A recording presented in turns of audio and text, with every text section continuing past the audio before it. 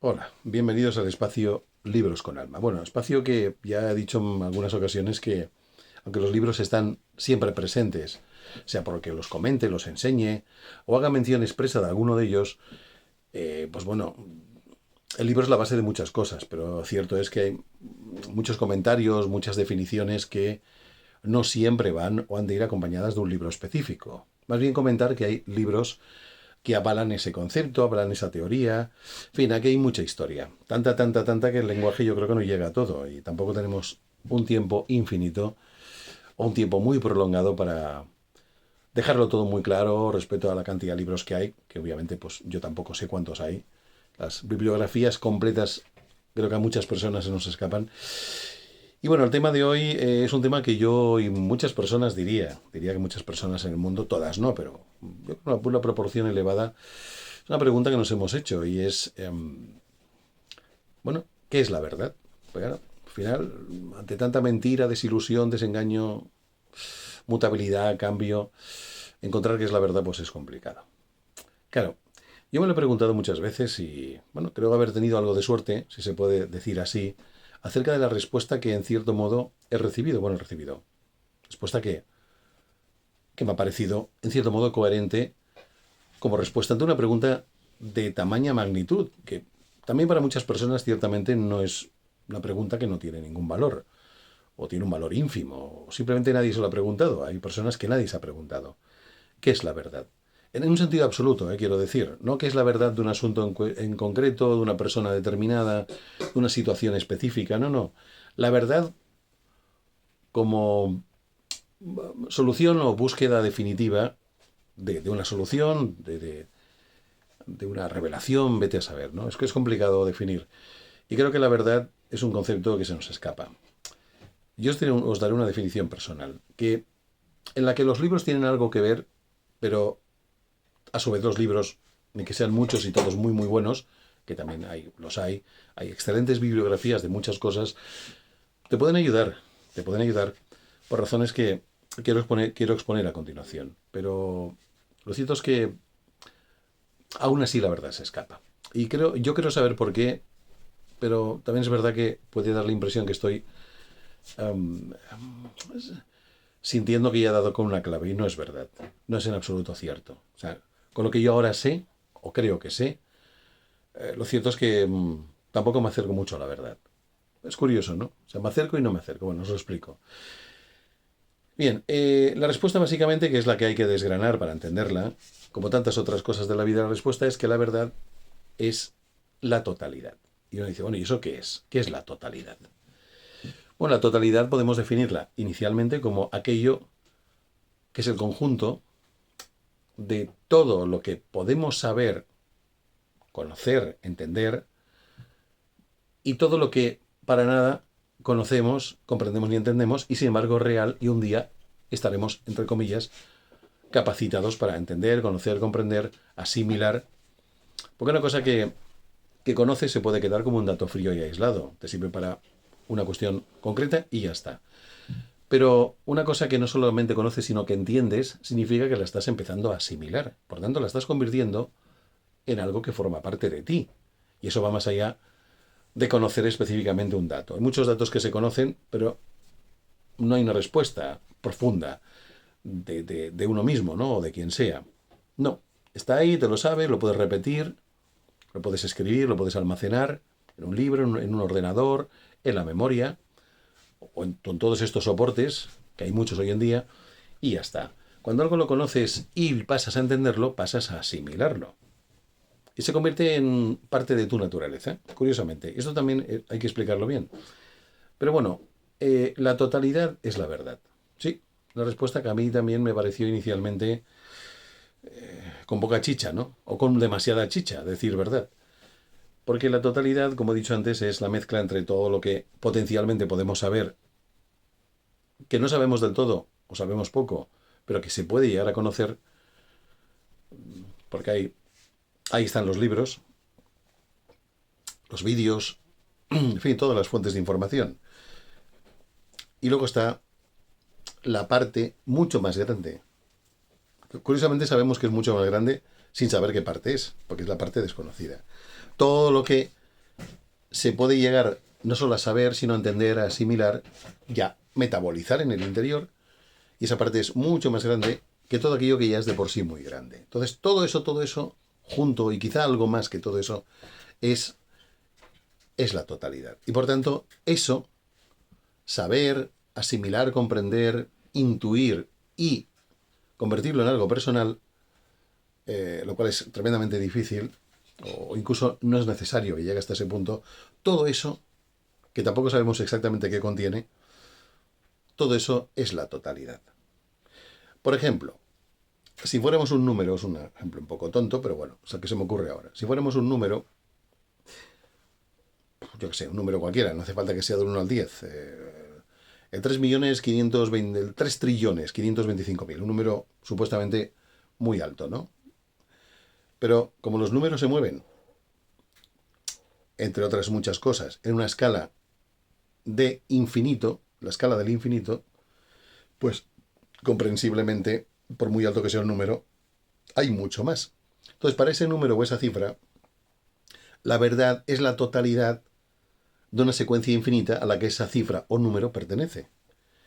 Y por tanto, en teoría, visto desde el ángulo humano, que observamos las cifras, los números y sus múltiples características, tenemos muy claro que no va a haber, por así decirlo, posibilidad de que esa cifra o ese número, si fuera un ente pensante, pues pueda conocer la totalidad y por tanto pueda conocer la verdad.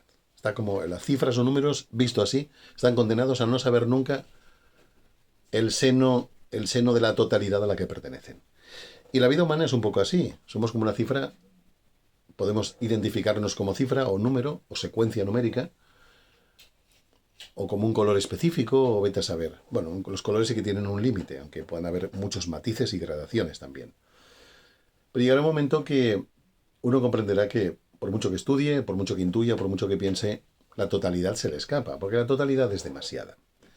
Nuestro maravilloso pero a la vez limitado estado de percepción mental, emocional, percepción en general, es muy limitado comparativamente a lo que se puede llegar a percibir, tanto visualmente como táctilmente, como auditivamente, y a nivel pensante, pues obviamente yo creo que las limitaciones son aún más evidentes.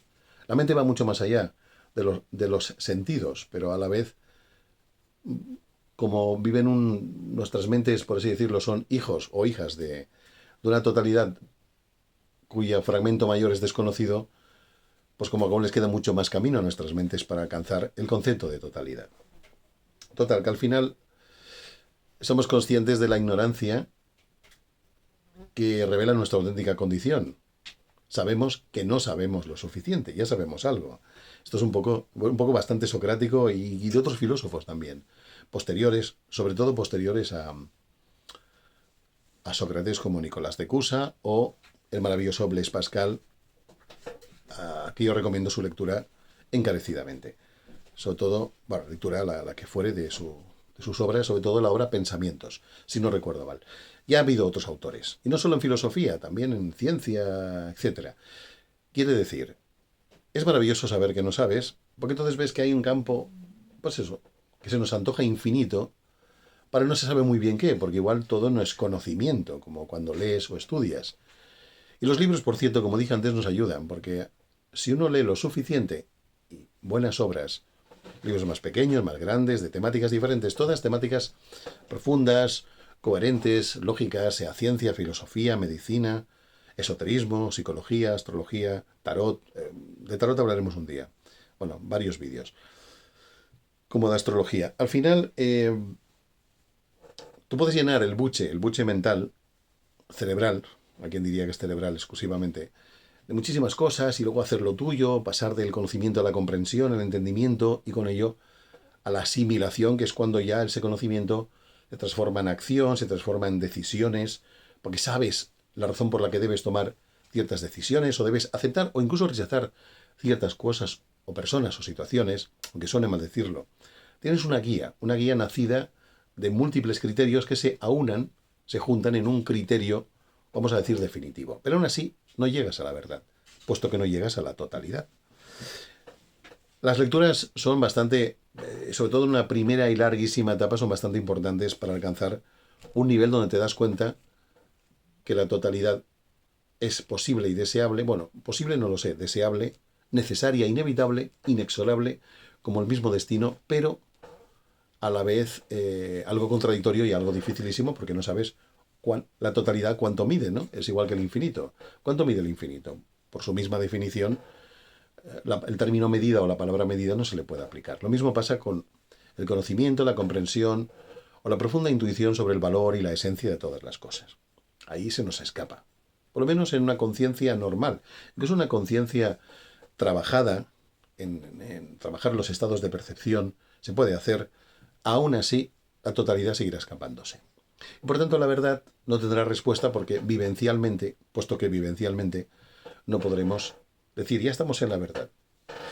El día que podamos, individual o colectivamente, en otra época, quizá en otro planeta, quizá en una era distinta, astrológica o no, el día que podamos, individual o colectivamente, como he dicho antes, contemplar la totalidad, o lo más parecido a un concepto de totalidad comparativamente con como estamos ahora, como si saliéramos de la Tierra y viéramos la Tierra como ese punto azul y comprendiéramos que hay una dimensión mucho más grande, que es el sistema solar, que a su vez es pequeño comparado con los grupos de sistemas solares, que son como una especie de barriada galáctica o barriada cósmica, y a su vez, y a su vez, y a su vez, y luego la galaxia, que a la vez forma parte de un cúmulo de galaxias, y bueno, y que esto se va ampliando. La totalidad es una cosa así, es una perspectiva donde nos alejamos de lo que está centrado en lo que conocemos y vemos las perspectivas reales, las dimensiones reales de las cosas. La Tierra es muy grande para la escala humana, muy grande, solo hay que viajar un poco para darse cuenta. Muchísimo terreno, muchísimas cosas.